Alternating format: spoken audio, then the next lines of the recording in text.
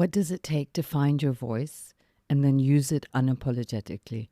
To speak up even when the world calls you difficult? To fight for what's right, knowing that labels like angry or too sensitive are going to be attached to you? Our guest today shows us the power and the impact of an unapologetic and occasionally angry voice. Welcome to The Brown Box, a podcast in which we celebrate the lives of brown women here in Singapore.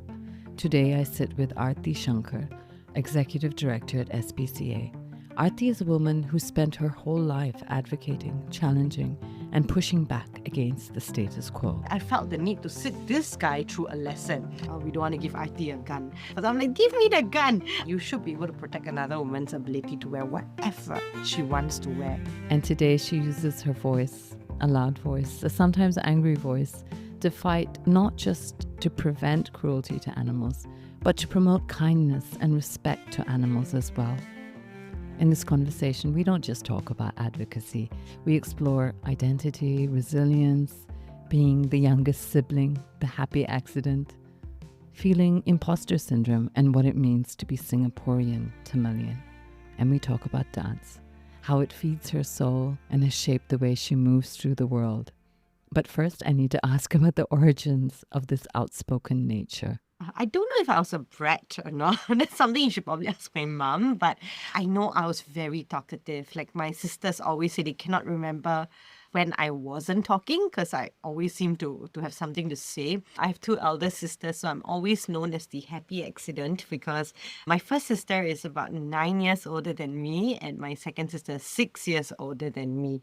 I also think that our upbringing was quite different because I think my first sister grew up a lot with my grandmother. My second sister in between both families, and I like to think that I'm the first of the three whom my mum and my first sister kind of raised quite actively as well. So I have very different childhood experiences. So this is an interesting point, one that I've reflected on before, of course in reference to my own sister. Siblings don't grow up with the same parents. I mean, sure, they have the same names, the same faces, the same characteristics. But were they really the same parent for each of us?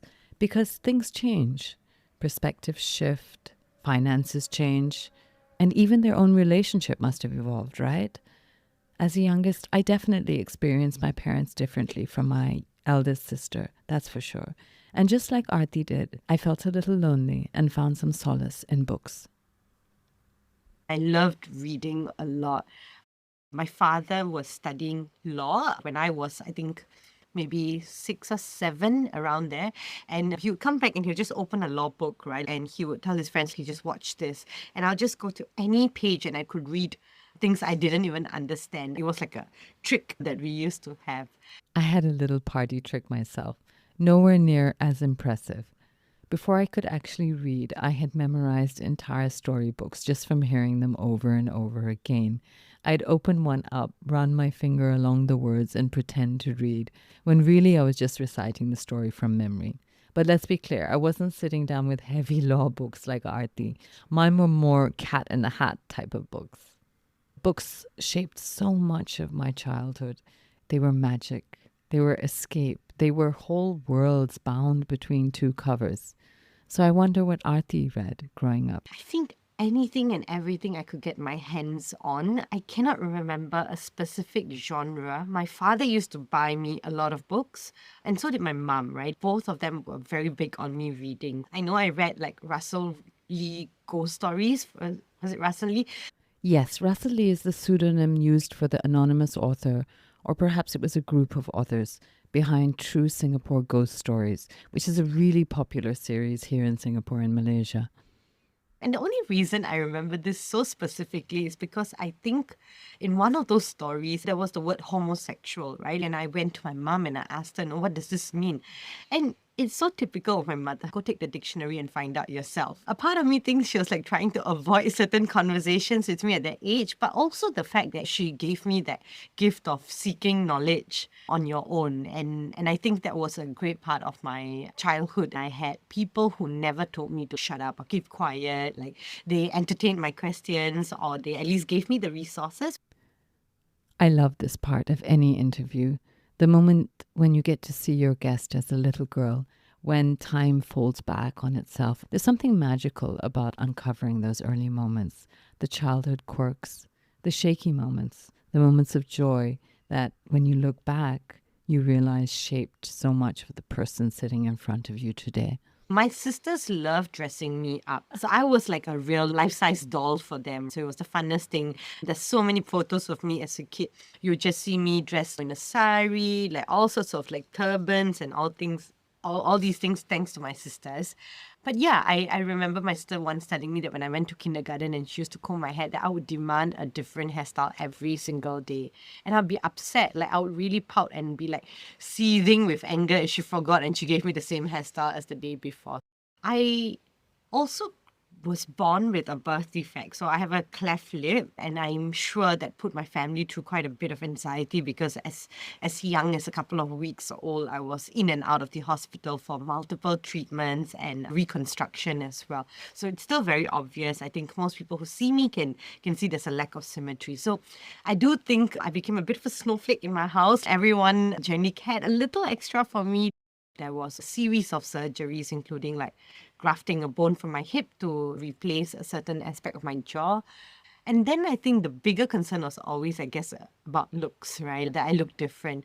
In fact, funnily, my mom, I think up till I was about 6 or 7, whenever I asked her what happened, she never told me it was a birth defect. She used to tell me I tried to climb a tree and I fell and I got a cut. So it almost became like an adventure, which I guess gave me the tools to cope with it at that age. Because how do you as a 6-year-old go tell another friend who can clearly point out something in your face and go like, oh, I was born with it? I think the concerns were primarily about how I looked and whether I would be bullied or whether I would have the confidence. And I also feel like my family like overfed me with confidence to compensate for this. So like my sisters would be so crazy. They would say, oh, you should go be like Miss Universe. I mean, I'm an okay looking person, but I don't think I'm a beauty queen standard, but in their eyes, right? Oh, you're the most beautiful. And I always feel this is them overcompensating for that. I overcompensated myself. I felt the need to be more intelligent, more vocal, more purposeful in everything I did to make up for this. It is interesting because I will be really honest. I did not think about it. Oh, did you not? But you can tell, right? Like, Yeah. you look at me. It is there, right? Overcompensation works, huh? No, I don't even think it's overcompensation. I think that's who you are now, right? You have so much more to define you than a scar on your lip. I think when I was younger, I used to find ways to conceal it. And then now I'm proud of it also because I do feel that many Singaporeans still don't understand entirely what a cleft lip is. And just knowing that there are younger girls who could see me looking the way I do, who may have a cleft palate problem, maybe they might feel a bit better. I don't know. I've not actively advocated for it, but I don't hide it either. There's something deeply powerful about seeing a woman embrace their so-called imperfections with confidence. It challenges the quiet, insidious messaging we've all grown up with, the idea that beauty must be flawless, that anything that is different must be hidden. Aarthi speaks about her cleft lip openly, without apology, without hesitation. She moves through the world as her full, unfiltered self. And in doing so, she offers a kind of representation or an advocacy that is far more impactful than a speech or a campaign. Success, after all, is the best makeup. It renders the need for validation irrelevant. I asked Aarthi more about her family life, about the people who shaped her, about the quiet and maybe not so quiet ways they made her feel that she could never, ever be defined by a cleft palate. My father was a really, really fun person. Most people think my first sister and I are more like him. We are extroverted, we are very opinionated, we are very loud, and we can be quite feisty like him as well. So very much like him. He was a very fun father, but I would also say that there were many pockets of time where he was not around. He was studying in London. He wanted to become a lawyer, and then later on in life as well, because he was trying to make ends meet. He was trying to have a business. So he wasn't as present as my mother was. She's been that one single icon in my life for the last 37 years. And she is a teacher. She's still teaching after so many years. She's a Tamil Asiriyar. And I think she is very introverted compared to us. She's not aggressive. She's more, I want to say passive, but I think it's a bit of a aggro situation there. But she's not someone who would like just openly speak about things that she's unhappy about, but she'll make sure you knew. She's an incredibly strong person. I think after my father passed away, she pieced the family together very, very quickly. And in just a couple of years, she made sure that all his debts were sorted. And she raised all three of her children to the best of her abilities. And then there's my first sister, who is, to me, in so many ways, a mother, because she was 9 years older, which meant that when I was 6, she was already 15. And at that point in time, they used to have like morning and afternoon school, right? So she used to go for afternoon sessions. And in the morning, she would actually wake me up, shower me, make sure I go to school, because my mom had to work through all of that. So my sister played that role in my life tremendously, and she was very cool. She still is incredibly cool. So I used to be the kindergarten kid who didn't just have my sister, but all her friends in secondary school like escorting me to my kindergarten every day. So I was always that cool kid with all these big sisters around. And till today, she's such a huge source of support. I speak to her every day, and that's just like texting. We can text for hours, and if we get on a phone call, God forbid, that goes on for 2 hours at least, but we always have so much to say. So I'm blessed. And then there's my second sister, who is a bit more like my mom. She's a bit more by the book. She's also a teacher like my mom, and she was like a big sister. She was a bit more of a disciplinarian in my life, younger. And now, yeah, she's got 2 kids herself. So like I feel like her children, the biggest punishment is that they're exactly like me. So all the best to her with that. There it is again, a recurring theme in so many of these stories. Women stepping in, holding things together, taking on roles that society traditionally assigned to men, and handling them. A side note, Aarthi's second sister reminds me of my own sister, who was less of a friend and more of a morality checker, let's say. Let's put it that way. I ask Aarthi, beyond duty, beyond resilience, what brought joy to her family? We used to actually have a couple of family rituals. And one was that we used to watch America's Funniest Home Videos. And we used to get a bucket of Kentucky Fried Chicken. And that used to be kind of a family ritual that we had. The other was, I think, Deepavali Eve. And this is really a funny story, because my mom and my father would make us do like child labor like things, right? Like they would make my sisters and I scrape off the wallpaper from the walls in the house with a tiny scraper, right? We would just be like sitting there and then scrubbing the floors and painting the entire house. So my father would then bring us all out for a dinner the night before, and then we'll get to go to the Deepali Expo. And at night, funnily, he would just drive us, if we were very young, into the respective like red light districts and just drive us around. And we were quite young, right? It was just like a adventure. Like you don't get to see these places and you go. There was like no judgments passed. We never had long conversations about it. My mom always had her eyes rolled up a little bit. Does this strike you as strange? Not me, I have to say. I would have loved this as a kid. I was fascinated by the things that felt just out of reach, whether because they were forbidden, mysterious, or simply different from my everyday life. I remembered the thrill of spotting a prison van with convicts inside, or catching glimpses of sex workers on the street at night. I don't know why. In this tiny anecdote, we get a glimpse of the parental dynamics that Aarthi must have lived with. A mother who was the stable, steady force in her life, a father who introduced a sense of adventure. I wonder how this shaped the way she sees the world. And then without me even asking, Aarthi shifts the conversation to her parents' marriage and hints at a darkness in her father that she slowly grew to reject. I guess as you grow older, your idea of what a father should be changes quite a lot. In my parents' generation, I think it was accepted And it was acceptable for my mom to be working and still have to be the one doing the mothering at home and the day-to-day care. I do feel that she must have not felt completely supported as a mother of 3 children, 3 girls at that. And it must have been stressful for her and frustrating even at times to have to manage all of this and still want to give us a childhood. Yeah. No, I completely understand. I think I was a bit younger than you when my mother passed away. I tell Aarthi that her story reminds me of something from my own life. When my mother passed away, I realized almost overnight that my father wasn't the one holding everything together. He wasn't the steady hand, the one in control. She was. And now that she was gone, everything felt unmoored, unstable, uncertain. It's a strange thing, isn't it?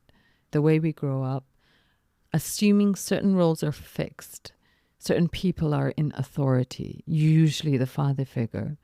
And then when the ground shifts, we see the truth that so often it's women who carry the world and it's women who quietly carry on. I shift the conversation and ask Aarthi about her love for dance.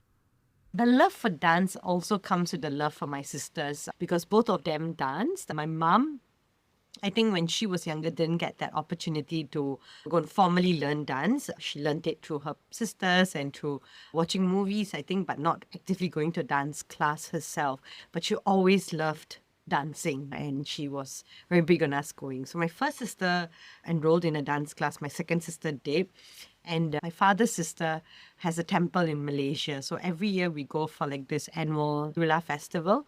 And my sisters would dance, my cousins would dance, everybody dances, right? And I was, I think, 4.5 at the point in time. And then I just made a big fuss that I needed to dance. Like now, somebody just needs to let me dance. Because my sisters teach me at home. I watch them doing stuff.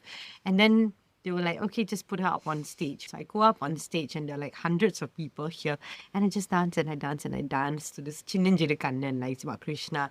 And my sisters, of course, giving me all the steps off the stage. And then I spin so hard that the bun that they just like last minute placed, like it flew and I became like a sensation in the temple the next morning where everybody was just like, oh my God, this girl's so cute. And then I think my mom knew it's just time to put her in dance class. And then it began. And it's been now, I think, 32 years. I'm 37 this year, so it's been 32 years of still dancing actively. Yeah. Aarthi's family migrated to the area generations ago, and they found themselves in Singapore after the Malaysia-Singapore split.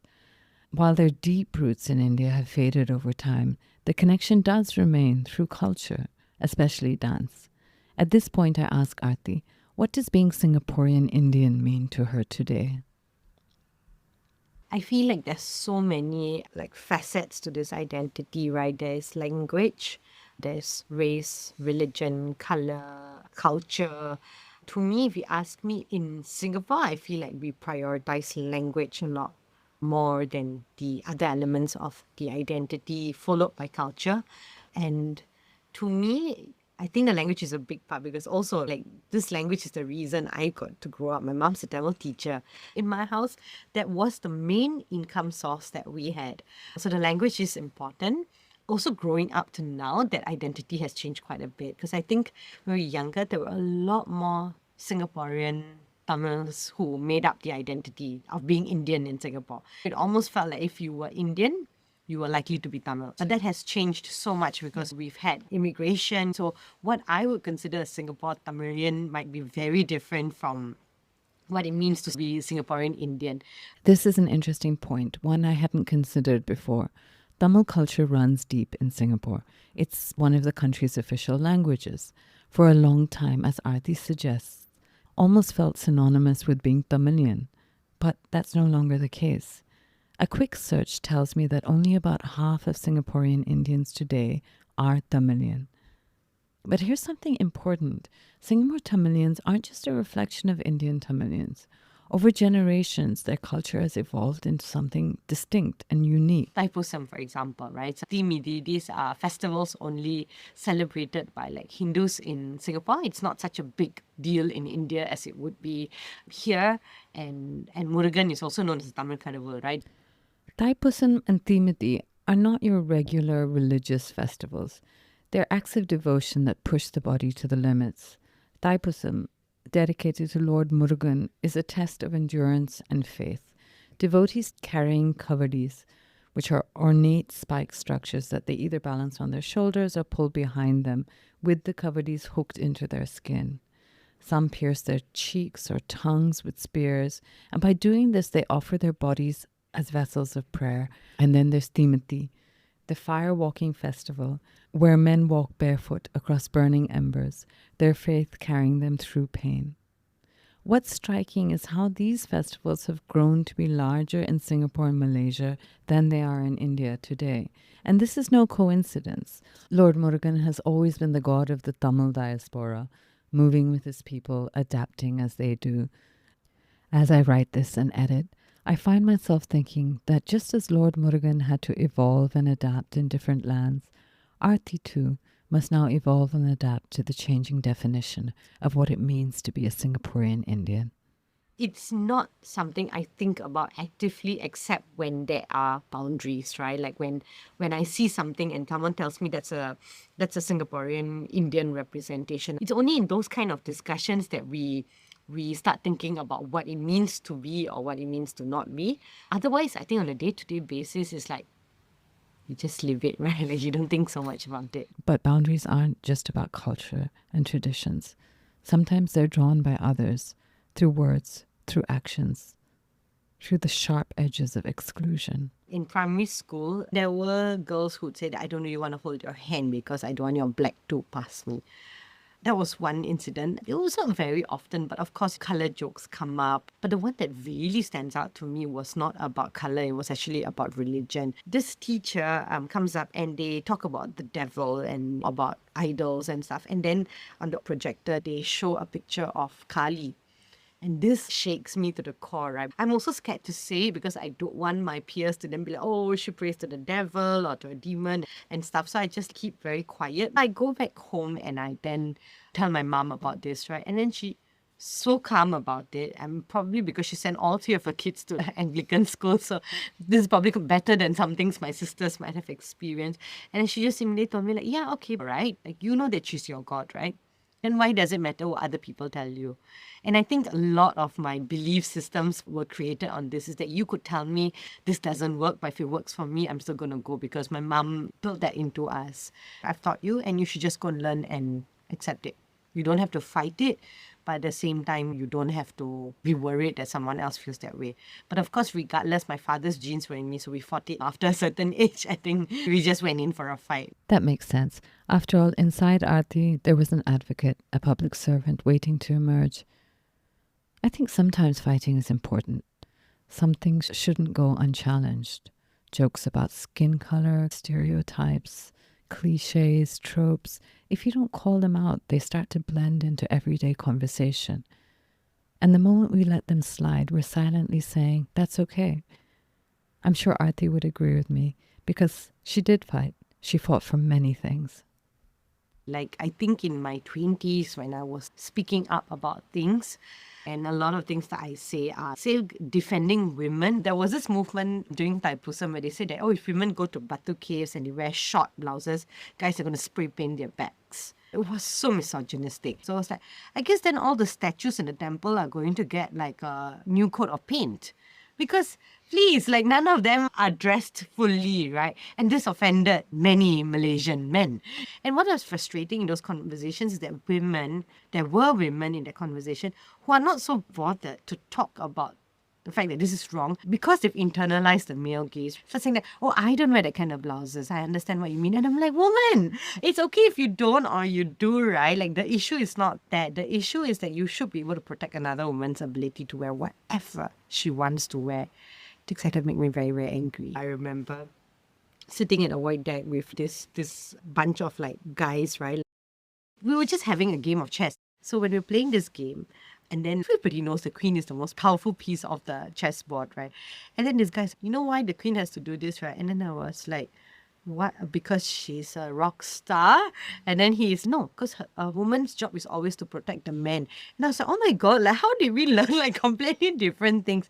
And At 20, I felt the need to sit this guy through a lesson. And this is a guy whom I can understand his exposure to the world, his privilege, his relationship with his family, his mother, his sisters is so different from so many other people. And yet I put him through a very painful conversation, which I don't think he benefited from either, except that next time don't play chess with Aarthi. I remind Aarthi that it wasn't too long ago, 2019, that Singapore had a case of brownface, and she brings up a more recent case of blackface. A group had attended a gala dinner hosted by UOL.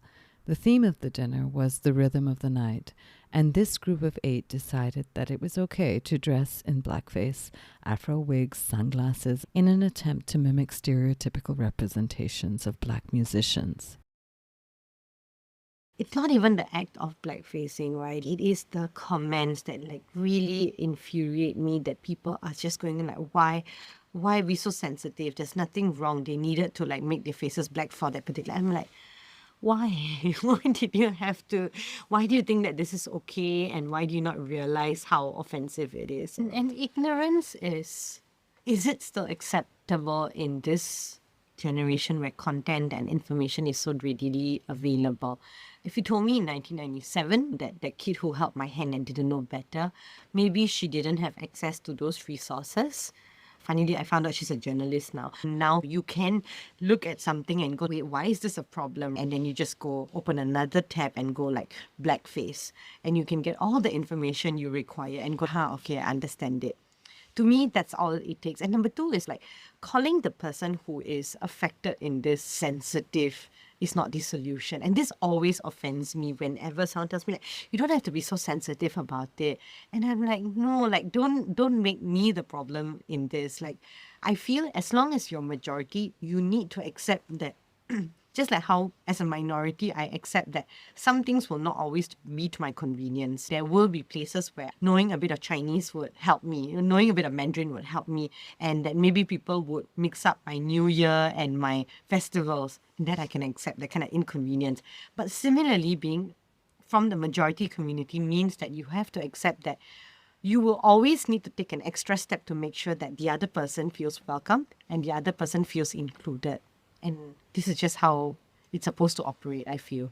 I'm particularly struck by Aarthi's thoughts on sensitivity, a word that in some ways has been turned against us. It's often used to shut down difficult discussions, to suggest that the reaction is the problem rather than the issue. I ask her about another stereotype I recently heard about Indian and Malay women, the angry brown woman. I think what was frustrating is getting the angry brown woman label from people who are not from the community. There are 2 groups of people, right? There are people within the community who tell you that don't always be angry, we should accept it, we should be okay, you're representing our community. And then there are people out of the community who be like, oh, like, you're very sensitive. You don't have to think that everything is a battle. Most of these were like co-employees or like people that I work with, both in my last organization, not so much now in a leadership position, but it still happens from time to time. But when I was working in the government sector, there were many times when I'll be like, look, this is not okay. You cannot not have a Tamil translation for this. Why do we not have enough Indian people? And I was always also brought in, right, funnily, as the subject matter expert. Tell me why there are no Indian people participating. And then when you tell them, that's because this, Indian people will not do this, you have no programs for them. And then they'll be like, but how do we find the Indian people anyway? I'm like, no, could change your program, but that's too inconvenient. So that's what I mean, right? Like, inclusivity doesn't stop at tolerating or just being like, oh yeah, okay, I need to make space for Rani. Like, I should invite Rani, but not thinking about whether Rani will have something to eat here, whether she will feel included, whether she'll get to hear some of her music. Things like this are not considered, and then I become angry, right? Like by that time. So maybe I am an angry brown woman, and I'm okay with it too. I face that even now at the office where people are like, oh, I'm scared to come to your office. And I'm like, I've not done anything. Every time you've come to my office, you've only received some good news from me. And I've also been there to comfort and everything. But just because I am more vocal, just because maybe I look a bit more strict than most people would, immediately there's this, oh, be careful around Aarthi. Or you better make sure you have everything. And I'm like, that's insane that you would just think that because a woman has some level of leadership, she must fall into this sort of a characteristic. But then I learned that there's no way to fight it anymore, so I'm going to embrace it. And I will just be the angry woman then. I'm going to use this to my advantage since there's no changing other people's minds about it also. I like that reframing a lot. Instead of constantly trying to change the perception, what if we just lean into it? What if instead of always softening our words, making ourselves smaller, trying to be reasonable, we just let it be? As I edit this, I realize we've been so caught up in conversations about childhood, nostalgia, and identity that I've not really spoken about Aarthi and her career. So I take this chance to go back to the beginning and ask Aarthi what she wanted to be as a little girl. I wanted to be so many things, the key one being a street dancer. Right, like it felt like such a great career at that point in time. Don't ask me what a street dancer is, but that was, I think, my 5-year-old me. And I mean, it's been also fulfilled because I've danced in a few Chingay parades now. So my mom feels like, oh, you have done it in your university days. I also wanted to be an astronaut, but these were all very like 5 years old, 6 years old. But I think the one thing I always wanted to be was a lawyer. Until today, I think that dream like still sits somewhere inside me somewhere. I really thought that I would become a lawyer all the way up to I think my A levels. And every time there were like class debates and things like that, I would participate. And I was always doing well in those areas or making a speech. Those things were easy for me. But then I didn't qualify for law. That dream like just stopped there. Aarthi says this in quite a matter-of-fact way, but surely it couldn't have been that easy. She moved on to social sciences, to NUS, to a world where she could try a bit of everything before deciding what truly fit. And that's where she found sociology. I asked her what drew her in. What made sociology feel right? I feel like the NUS lecturers are such rock stars because they're not afraid of anything. I think NUS did a great job in marketing sociology to us, sociology of popular culture, sociology of deviance, which is something that I spent a lot of time working on. And I just absolutely enjoyed every single one of those modules, especially deviance, because we had an amazing professor called Dr. Ghana, and he was such a rock star. He would really show us like what happens in the prisons, about secret societies. He did a lot of research in these areas and drew us in to understand that there were so many theoretical frameworks, but also reasons why people built a subculture for themselves. So I was very interested in how societies interact and how people make meaning of their realities. It's something that I still think about a lot now. Interestingly, when I was in university, I didn't think about race as much as I did later on. And I think one of the big reasons was because I think in college and university, even secondary school, I always found my own circle. And I always sort of like traversed in these circles. I still had friends out of that community, but these were my core groups. But then I think when I went to work, that is when I really realized there was no sort of Indian community for me to sort of like hang on to as well. So that's when the intersections of race and discrimination, these things hit me. I was thankfully never someone who felt that I was at the receiving end of discrimination. I mean, there's been minor issues, but then I've seen how it plays out for the rest of society from there in a policy-making perspective. Let's summarize this. A young girl with the fighting spirit of a lawyer, a deep interest in the psychology of deviance, and a sharp awareness of race and belonging. It's not really hard to imagine where Aarthi was headed next. I got a role at People's Association, which is a statutory board, and I started off as like a cost and interest group development manager. It was very aligned with what I did. It was about performing arts, so I created programs in the community clubs.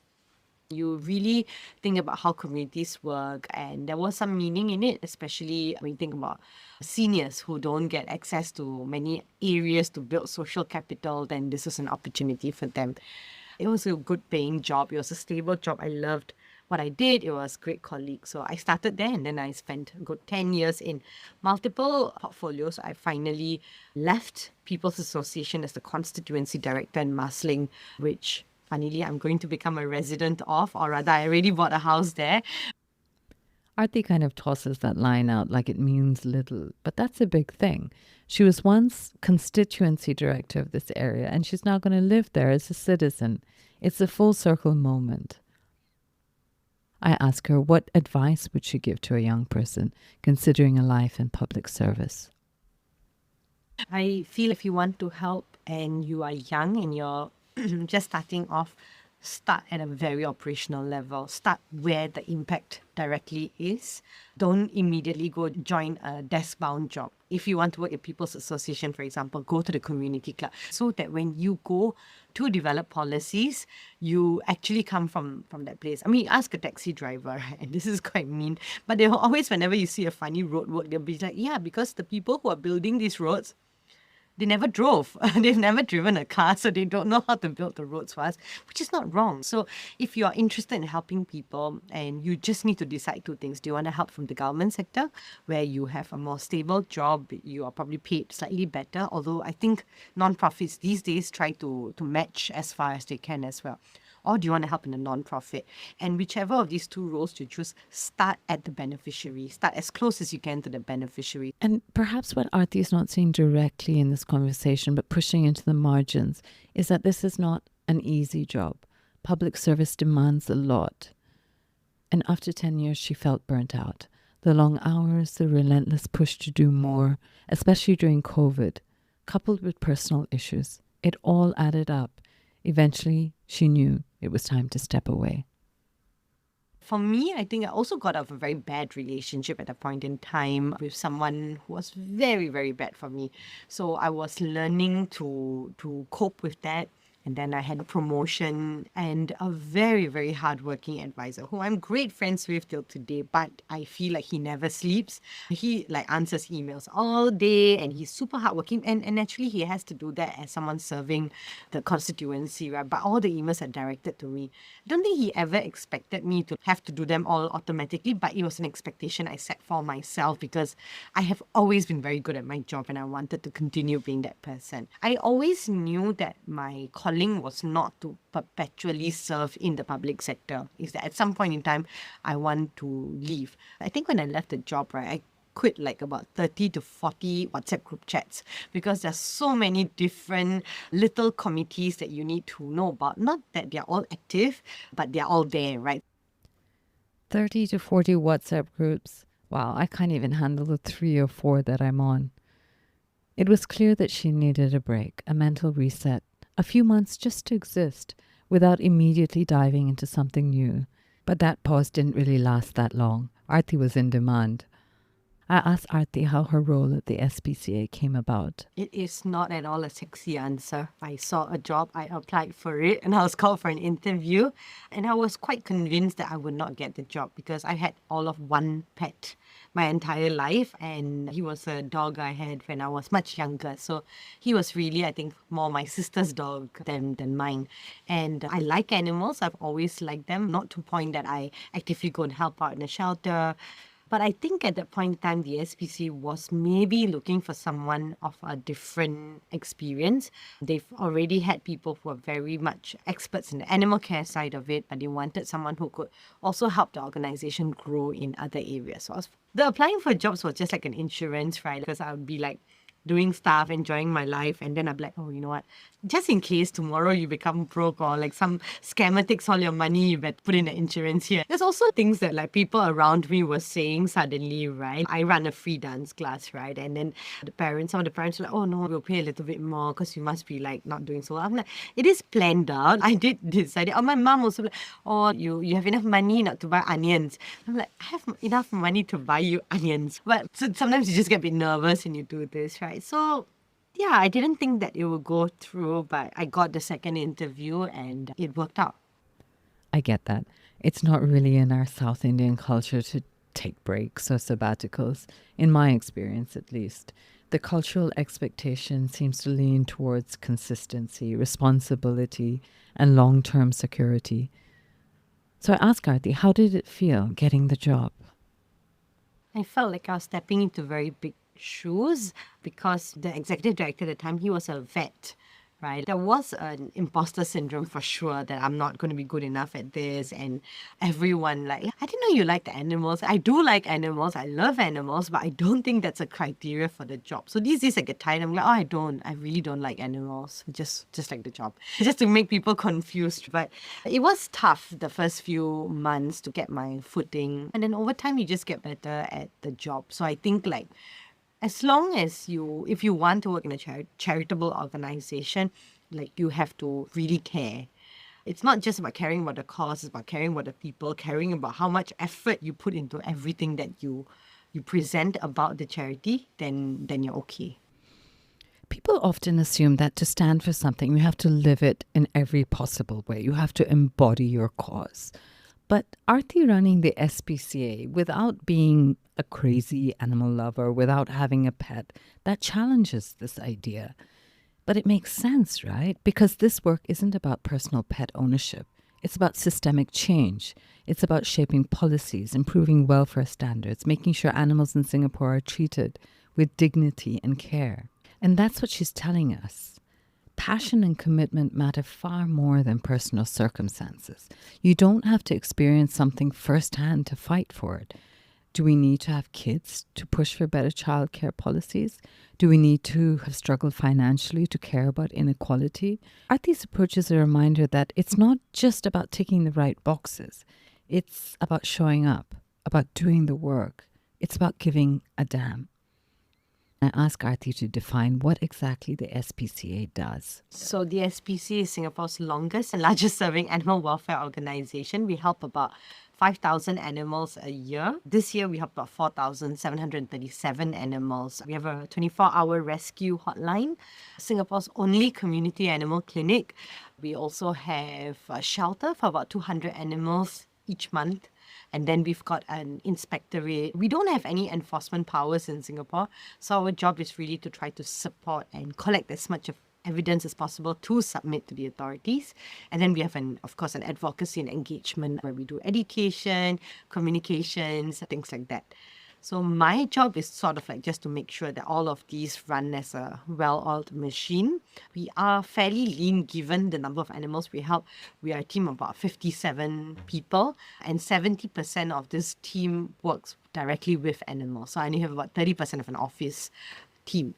And so I am the main spokesperson for the organization. I'm also the main person in charge. I'm supported by a board of directors who are on a voluntary basis. They basically hire and could potentially fire me. But apart from that, I'm then left to run the strategy and execute it with the team. I'm so freaking impressed with what Aarthi does, managing a team, driving advocacy, handling communications, fundraising. It's a lot. And yet here she is, taking the time to sit down with me and have a conversation. I asked her what her main challenges were in the beginning. There were two things. One was that SPCA has such a rich history of 77 years, but I felt like a lot of people still didn't know enough about the SPCA. And I think this is something that I'm very proud of in my 3 years. And I will take credit for this, is that now you regularly see news about animals, which I don't think happened very frequently in the past. The second was really about the people. I feel like a lot of salaries in the charity sector are not so fantastic. It's not a job many people want to do, and many people want to do it for long. And a big part of the job sounds like you're going to be cuddling a cat and a dog, but it's really cleaning, having to see animals in very, very painful conditions. Like if you look through my phone, like my work phone, it just feels like it's just images of animals in pain. And that is not easy for anyone to see. So I knew that we had to find a way to safeguard our people better, give them better working conditions within our resources, right? Like a donor always cares that all their money goes towards the animal, but the animal cannot sweep their own kennel and they cannot prepare their own food. They need these people, but it's very hard to get a donor to understand why you need to pay for the staff salary for this animal to get better. So I had to find ways for us to use our own money, our own funds that was not from the donors, right, the product, to see how can we actually help the staff a bit more, just make their conditions a bit better, make sure that beyond just like working conditions or salary, that other needs are met. They have an avenue to speak up. They joined us because they cared enough and they had a voice, right? And we want to make sure that when you work in this charity, that every voice matters and you have enough platform. So those were the two priorities then. Of course, now, 2 years later, everything's a priority. As we continue to chat, Aarthi introduces me to something I hadn't deeply considered before: the connection between animal abuse and other forms of crime. There are still people who don't care enough about animals, and that's okay. It's okay if you don't care, just don't hurt them. But when someone hurts an animal, there is also a possibility that they could go on to do far more heinous things in life. There is enough scientific research to prove that it can lead to domestic violence. Like, animals become their first victims, right? I did a bit of research, and yes, studies show that those who harm animals are more likely to commit violent crimes. Even the FBI tracks this, recognizing animal cruelty as a red flag when it appears in the records of offenders. It's often not just an isolated act, but a part of a larger pattern of violence. So if we took animal abuse more seriously, could we prevent greater harm before it escalates? It's a thought that stays with me as I edit this. We move on to another problem that Aarthi faces at the SPCA. Speciesism is a real issue. So generally, people feel very strongly about their dogs and their cats, and to some degree, rabbits and hamsters. And it is hard for some people to look at pigeons and minors. Maybe we develop certain emotional attachments, and there's so many layers to this. There's the media, there is the kind of cartoons you watched as a kid, popular culture, and then there's just observable qualities, right? Like, you can get close enough to a dog or a cat to look into their eyes and feel a connection, but you can't do the same thing with a snake, maybe. And you grow up with these preconceived notions about them. So I do think it can impact on a charity's ability to raise funds or to even successfully help these animals. The conversation shifts into a more emotional space. I can hear it in Aarthi's voice. The frustration, the exhaustion. But more than that, it's just people's understanding and empathy, which is so important to us. Like, to anyone who's listening, if you feel like the people in the charity don't read your comments, please know that we do. Like, I am busy, but every time the SPCA puts out something or somebody writes a piece about SPCA, I still look through every single comment. It does hurt when you say that we don't care or the SPCA is useless, and it is very upsetting. One of my dreams is that the SPCA will be given some powers to assist the authorities. So right now we can find all the evidence, but we don't have the powers to enter a house unless you give me permission to do so. I don't have the powers to seize an animal. So if I know that this animal has been hurt, unless the animal has been found in the open where there's no one, I cannot fully execute our rescue powers. So if there are cats inside the house and nobody has been in that house for 6 days, and we know that the cats are suffering, we still cannot access the home. Even if somebody else, like a concerned cousin or someone, even the door is open, I can't take those animals in. It would still be considered abusing our authority. Like, we don't even have the authority. And a lot of people fail to realize this. They think the SPCA is the government. We are not. We are a charitable organization. So what I'm hoping is not like 100% enforcement powers where I can walk on the streets and arrest someone. One of the MPs, Louis Ng, always makes this joke that, like, oh, we don't want to give Aarthi a gun. But I'm like, give me the gun. I'll be responsible with the gun. I never thought the day would come where I would actually ask for a gun, right? Or think it's okay for people to have guns. But I think it's minimally just us being able to support the authorities if we are given powers within a certain spectrum, right? So they actually appoint us. It's done by the Scottish SPCA. I think you see in Australia and even in the United Kingdom, where they have certain powers that are conferred to them. So I'm hoping that we will get that ability. And even if we don't, I hope that the authorities will really review the current Animals and Birds Act, because the penalties are no longer serving as a deterrent. And how do you even place that kind of value on a living being's life, right? Animals are dying, they're suffering in these situations, which are completely avoidable, right? People could have chosen not to buy pets. People could have chosen not to hurt a community animal, but they're suffering. And I think as living beings, we share the earth, we better share the responsibility as well. Yeah. I've been in this position too, seeing abuse, knowing it's wrong, and being told there's nothing I can do.